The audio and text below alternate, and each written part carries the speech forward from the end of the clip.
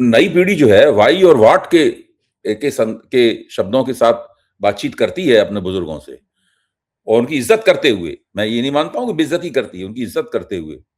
जी। अगर मुझे अपने बेटी को मनाना होता है तो मैं कहता हूँ बेटा पापा से गलती हो गई, हो जाती है, आई एम नॉट गॉड, मैं भी इंसान ही हूँ बेटा, और अब तो मैं बूढ़ा हो रहा हूँ तो कभी कभी कुछ गलती हो जाती है मुझसे, कई बार चीजें मेरे कंट्रोल में नहीं रहती, तो let's make up, let's hug and make up.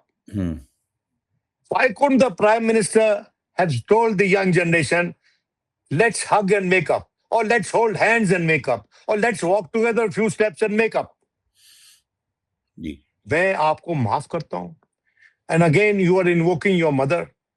And I think that the Honorable Prime Minister, who is generally rated very highly for his oratorical skills.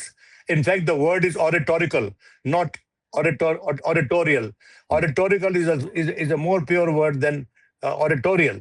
But for his oratorical skills, he's celebrated for his oratorical skills. But I think his best skills are deserting him. His best political impulse is also deserting him. नहीं, ठीक कह रहे हैं आप। और इसका एक सबसे बड़ा संकेत तब मिला था जबकि 2024 के लोकसभा चुनाव की मुहिम चल रही थी।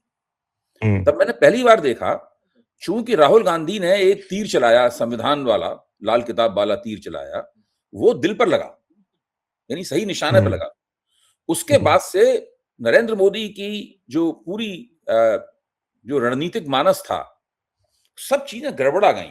लगता है सामंजस्य बिगड़ गया हो, तालमेल बिगड़ गया हो, उल्टी सीधी बातें करने लगे, ऐसी बातें बोले इससे इनका खिल्ली उड़ी। आरएसएस वाले खिल्ली उड़ा रहे थे। मैं जानता हूँ बहुत से लोग, मेरे मुंह पे लाई, पागल हो गया, इस तरह की बात लोग बोल रहे थे, कुछ नहीं होगा, इससे और नुकसान होगा, ये सब बात हो रही। अब मैं आपको एक विश्लेषण और कम कयास लगाने की दावत देता हूँ, क्योंकि वो सवाल आपने ही उठाया है। मैं भी इस सवाल को उठाना चाहता, लेकिन आपने उठा दिया, उससे मुझे सुविधा और हो रही है। वो ये है कि आपने कहा कि अगर इस माहौल में ये परिसीमन वाला बिल लाए, जो एक बार गिर चुका है, तो ये खुदकुशी करने के समान होगा।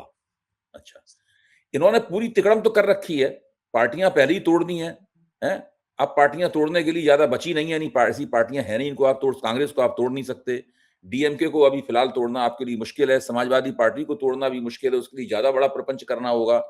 और इसको तोड़ सकते थे राष्ट्रवादी कांग्रेस को, एक बार तो तोड़ ही चुके हैं उसको, है?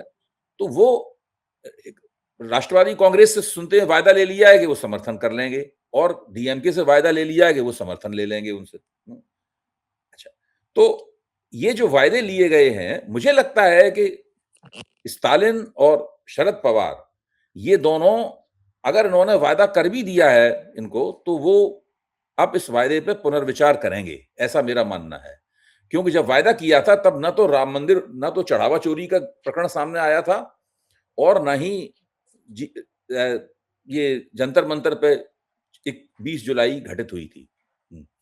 अब ये लोग ध्यान से सब देख रहे होंगे। यहां तक कि मेरा तो मानना यह है कि जो एनडीए की सदस्य पार्टियां हैं, चंद्रबाबू नायडू की पार्टी है, नीतीश कुमार की पार्टी, ये सब भी बहुत ही नजदीकी निगाह से देख रहे होंगे कि भाई अब भाजपा की राजनीतिक गतिशीलता इस वक्त है क्या, भाजपा अपने इस मौजूदा गिरावट के दौर से कैसे निकलती है। अब उपचुनाव के नतीजों ने आग में घी का काम किया, वो और भी ज्यादा उन लोगों को क्या होगा उपचुनाव में। क्या वास्तव में जब आप कह रहे हैं कि खुदकुशी करना होगा उनको, तो वो मुझे तो लगता ही है कि इसके अलावा तुरंत इस परिसीमन के बिल को पास कराने के अलावा इनके पास बाउंस बैक करने का, एक मजबूत वापसी करने का और कोई तरीका है नहीं। अभय जी, ऐसा है कि ये जो आकलन किया है बहुत से इनके अपने चंपू चैनलों ने कि ये जो 2 लोग जीते हैं, ये जो हमारे मित्र प्रशांत किशोर जीते हैं, और जो उससे पहले चेन्नई में जो जीत हुई है टीवीके की, इसका आकलन ये है कि people are looking for a third option.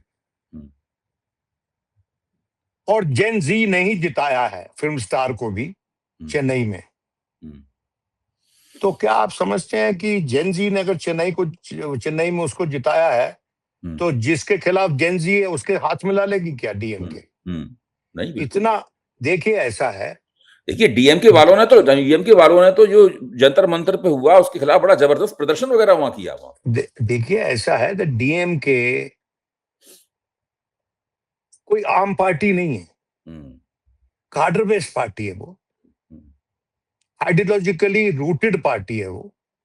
उसमें इधर उधर थोड़े बहुत अपॉर्चुनिस्टिक कॉम्प्रोमाइजेस करने पड़ते हैं, लेकिन इतना बड़ा कॉम्प्रोमाइज एक ऐसी फोर्स के साथ जिसने सनातन के नाम पर इनको इनको इनके पीछे लगी थी तमिलनाडु में, हालांकि उसको कुछ ज्यादा हासिल नहीं हुआ, 2 सीटें पाए शायद तमिलनाडु में वो।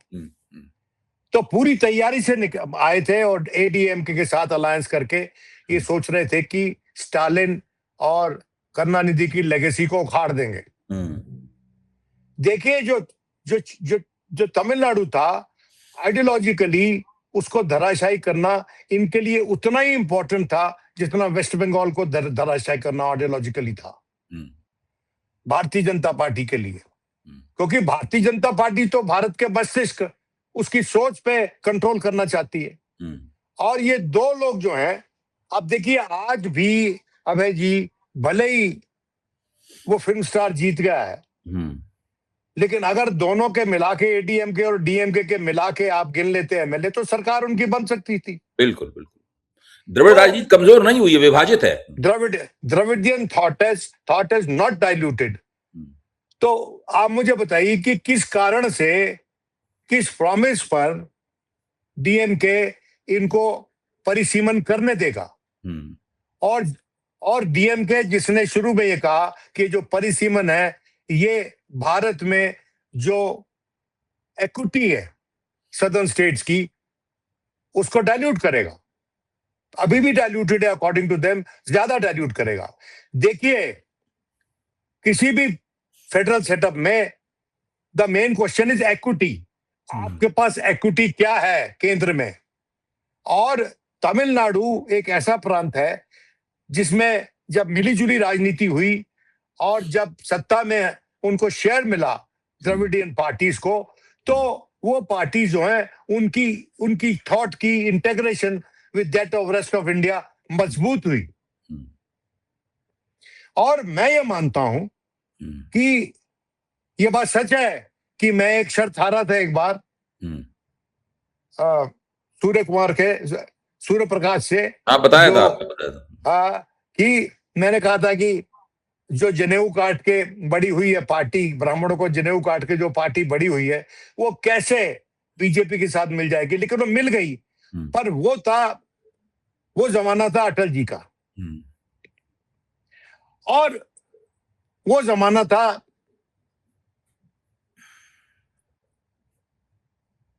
बीजेपी के डीएमके के प्रमुख जो इनके पिता हैं स्टालिन के, करुणानिधि, उनका जमाना था। देखिए ये सीरियस अलायंस पार्टनर्स हैं ये लोग। ये आसानी से सरकार नहीं गिराते और ना आसानी से बनवाते हैं। ये ममता बनर्जी नहीं है कि जिस दिन मूड खराब हुआ खड़े हो गए और सरकार गिरा दी, या जयललिता नहीं है कि सरकार गिरा दी। ये लोग सीरियस पॉलिटिकल प्लेयर्स हैं, और अगर इनके दम पर इनको फॉर ग्रांटेड लेकर भारतीय जनता पार्टी परिसीमन बिल लाती है, तो भारतीय जनता पार्टी खुदकुशी करेगी, मेरा ये मानना है। आज के दिन पॉलिटिकल एटमॉस्फेयर परमिट नहीं करता है, जबकि जो लोग उनके साथ हैं वो भी सोच रहे हैं कि क्या इनका साथ हमारे लिए सुखदायी होगा या नहीं, हमें लाभान्वित करने वाला होगा या नहीं। तो अभी इनको ये बस्ता नहीं खोलना चाहिए। थोड़े से दिन बचे हैं मॉनसून सेशन में, ये अगर बस्ता अभी खोलेंगे तो मैं समझता हूं एक बड़ी पाठशाला खुल जाएगी उसके बाद, जिसमें कि इनका टेस्ट लिया जाएगा और ये बुरी तरह से फेल होंगे। इनको ये नहीं करना चाहिए। इनको, वो कहते हैं ना कि जरा तेज से तूफान आ रहा हो तो army must lie low. They should wait in ambush like a commando, वरना गोलियों की जो राजनीतिक गोलियां चलती हैं, मैं कोई फिजिकल बुलेट्स की बात नहीं कर रहा हूं, तो वो जो उनसे बचने के लिए they should lie in ambush और अपना टाइम लेके, और उसके बाद जब करेंगे, ये कमांडो ऑपरेशन होगा इनका परिसीमन वाला, तो if they go and assault to get what they want by the parisiman, तो they will have to decide the line of retreat. वो जो लाइन ऑफ रिट्रीट है वो डीएमके से के क्षेत्र से होती हुई जाती है, तो इनको पक्का करना पड़ेगा कि क्या डीएमके हमारे साथ है या नहीं है। और ये एनसीपी वगैरह हम लोग बड़ी तरजीह देते हैं इन पार्टीज को, ये पॉलिटिकल अरिथमेटिक में, लेजिस्लेटिव अरिथमेटिक में माइनर प्लेयर्स हैं। मेजर प्लेयर आज के दिन लेजिस्लेटिव अरिथमेटिक में डीएमके है, मेजर प्लेयर समाजवादी पार्टी है, मेजर प्लेयर एसपी है, ये कांग्रेस है, major player to some extent TDP है।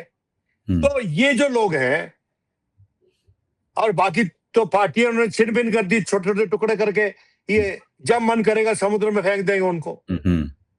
भैया ये लोग देखिए, जल में रह के मगर से दोस्ती तो नहीं करेंगे लोग।